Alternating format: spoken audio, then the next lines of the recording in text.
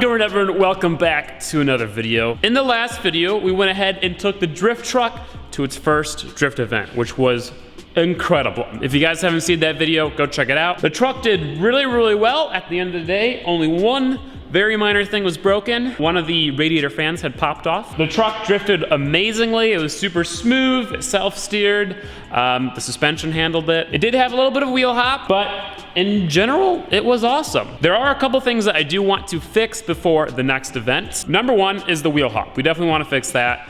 It was pretty bad. It was bad enough where I couldn't really get my wheel speed up and I couldn't smoke those tires because I had to feather the throttle. It was really weird. When I was drifting, I could feel it start to wheel hop. And if I stayed in it, it got really bad and it was actually like genuinely painful. But if I let off, it stopped wheel hopping. So I had to kind of like feather the throttle while I was drifting, but it was still really fun. To fix the wheel hop, we were gonna be doing a custom 4-link ladder bar suspension with a lateral sideways bar and coilovers. I know a lot of you guys suggested getting a traction bar or something like that, but I have been planning to do the 4-link for a while. A couple other things that I want to change for the next event. Number one, I do want to add a hydro. The instructor at the event gave me approval of getting a hydro. He said I was good enough, I had learned enough about the hydro, and I was ready for the hydro, so that's cool. I do want to lower it more. I don't really need to lower it more, but I want it to look better, and it'll look much better when it's got some good fitment. Now with that being said, I need to add front camber so the tires can actually fit underneath the front fenders. And I want to, that's kind of pretty much it. I don't want to change a bunch of things in between each event. I kind of want to slowly build the truck up, just making it slightly better every single event. That's why I'm not gonna add any more angle. I'm not going to, boost it yet. Not doing anything, just making it not wheel hop and making it look a little bit better. Today we're gonna start working on that intake manifold. I have the part that I believe is broken. It's the actual little switch. At least I had the part that I believe was it up here? Oh yeah, it's up there. I couldn't find it. I do also want to go ahead, go over the entire truck, make sure all the bolts are good, nothing's broken. I know a lot of you guys said for me to check my welds because you doubt me. I think if my front suspension would have broken, I would have noticed it, but maybe not. There was also a strange smoke coming from like the transmission area. You can see it really clearly in a couple of the clips from the drift event.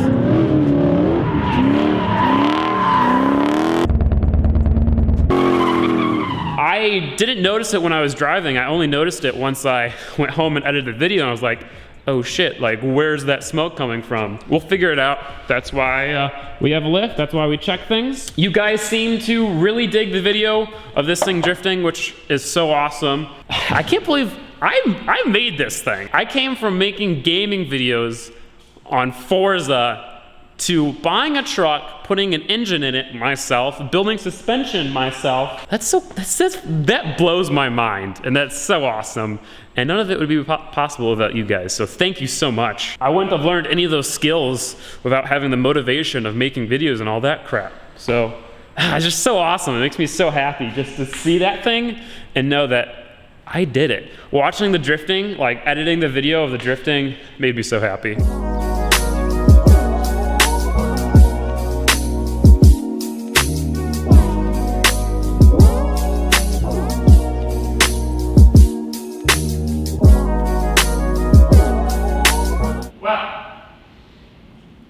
I figured out what the smoking was. It was indeed transmission fluid, but it was from the tail shaft seal. Look at those. That exhaust is just disgusting. This entire thing is so disgusting. That's unfortunate. It's very unfortunate. The seal seals from the inside diameter, not the face of it. So the drag shaft isn't supposed to be pushed all the way in. That will ruin the output shaft of the trans. So the seal is leaking. I think we actually kind of got lucky here. We didn't catch fire on anything. We just smoked a little bit. I mean, a lot of it. Look at that. It's pretty bad, but that's all fixable. The exhaust is kind of nasty now, and I have a lot of trans fluid cleaning up to do, but it is a simple seal to replace. After a thorough visual inspection of all the fabrication, all the bolts, everything seems to be good. Steering's still tight, all the bolt joints, everything's all good, nothing's bent.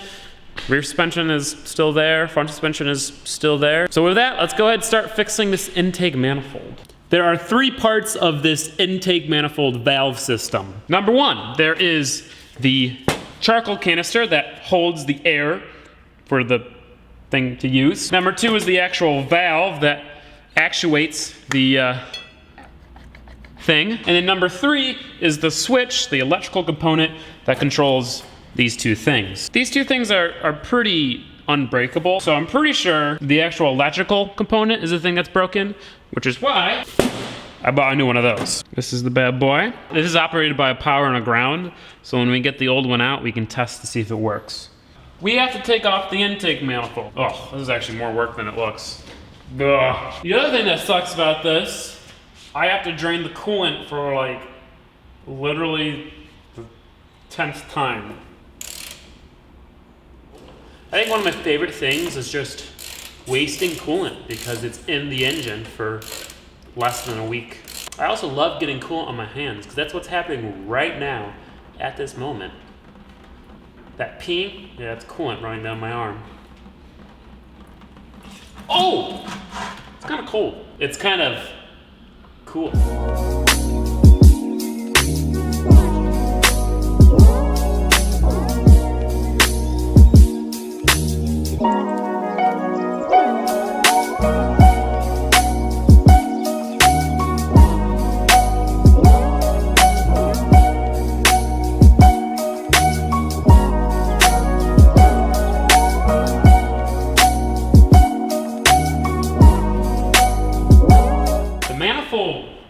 Wants to come off, but there's something holding it up in the rear. There's a hose clamp that's getting caught on.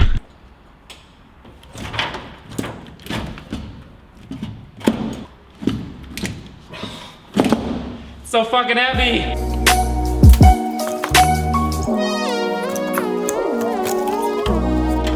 Yes. No. Man, I got a V8. I feel like it looks more like a V8 when it's like this. Maybe I'm just crazy though. Whew. So this is what we're working with. Well, pretty sure that's our issue, which is good. Ain't nobody telling me nothing. I'm gonna take my truck to the Old Town Road and do a burnout till I can't no more. So this is our new valve. Yep. So that works. You can hear it click, and this doesn't. All right, so let's replace that, replace all these lines.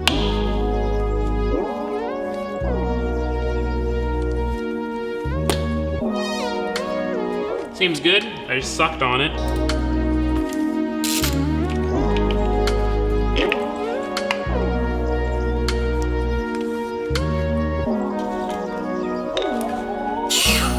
Oh gosh. That still had vacuum in it.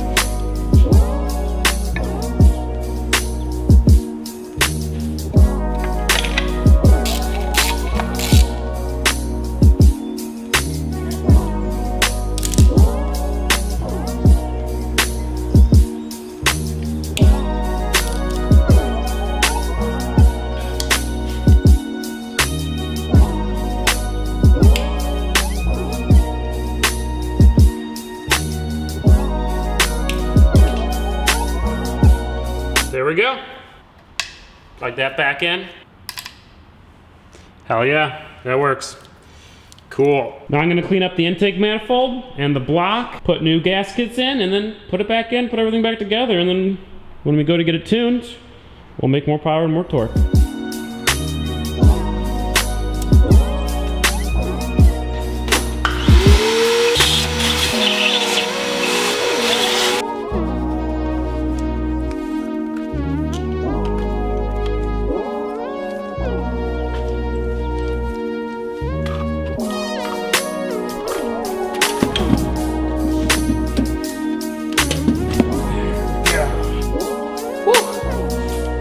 An engine again.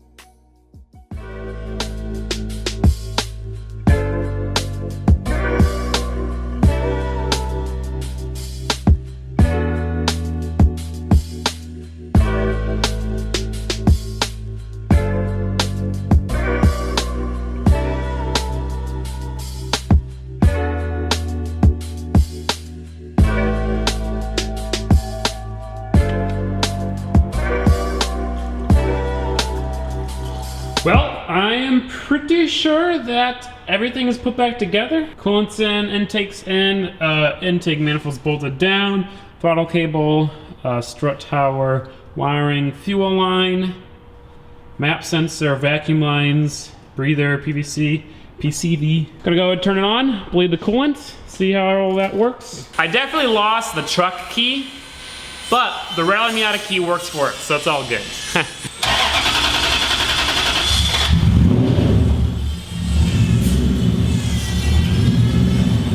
That's a mission success. Now that that is working, we can bring the truck back to the dyno and retune it. We'll be able to add the actual intake manifold switch. On the one dyno run where we manually controlled that, we gained, I think, close to 20 pound-feet of torque. And now that that's working, we can add VVTi. So with that, we should hopefully gain up to 40 pound-feet and a couple horsepower. In the future, we can do a flex fuel system, do E85, and then in the future, we can do a supercharger. I think I've decided on a centrifugal supercharger. The rods in the VVTi 1UZ are a little bit skinnier than the non-VVTi, so anything that makes a bunch of torque, like a root-style blower or a turbo, probably isn't as safe for the rods as something that is a very linear, gradual boost build. So with that supercharger, we could probably run like almost 8 PSI and then hopefully 400, 500 wheel horsepower. That's all in the future though. We have to focus on just getting it tuned with the VVTi and the intake manifold. I finished that a little bit earlier, so I'm gonna start working on the hydro. Here's a little sneak peek of the next video.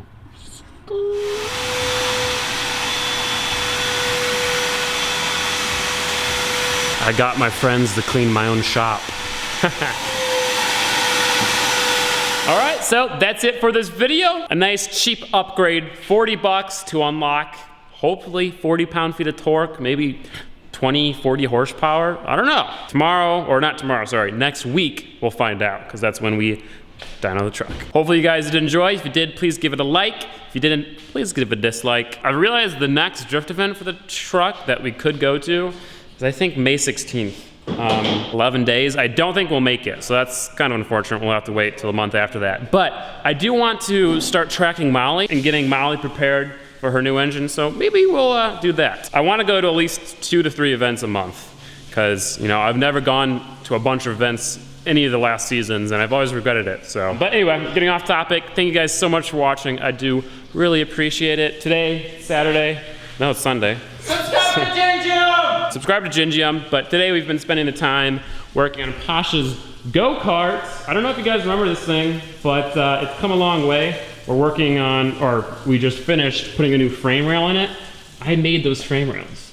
Is that not cool or what? You guys might as well subscribe to just Pasha. Hey, Pasha, let me say these things, all right? It's my video, jeez. Okay. If you guys want to check out that build, go check out Just Pasha. Anyway, guys, thank you so much for watching. Peace out. Have a great day, and I'll see you next time.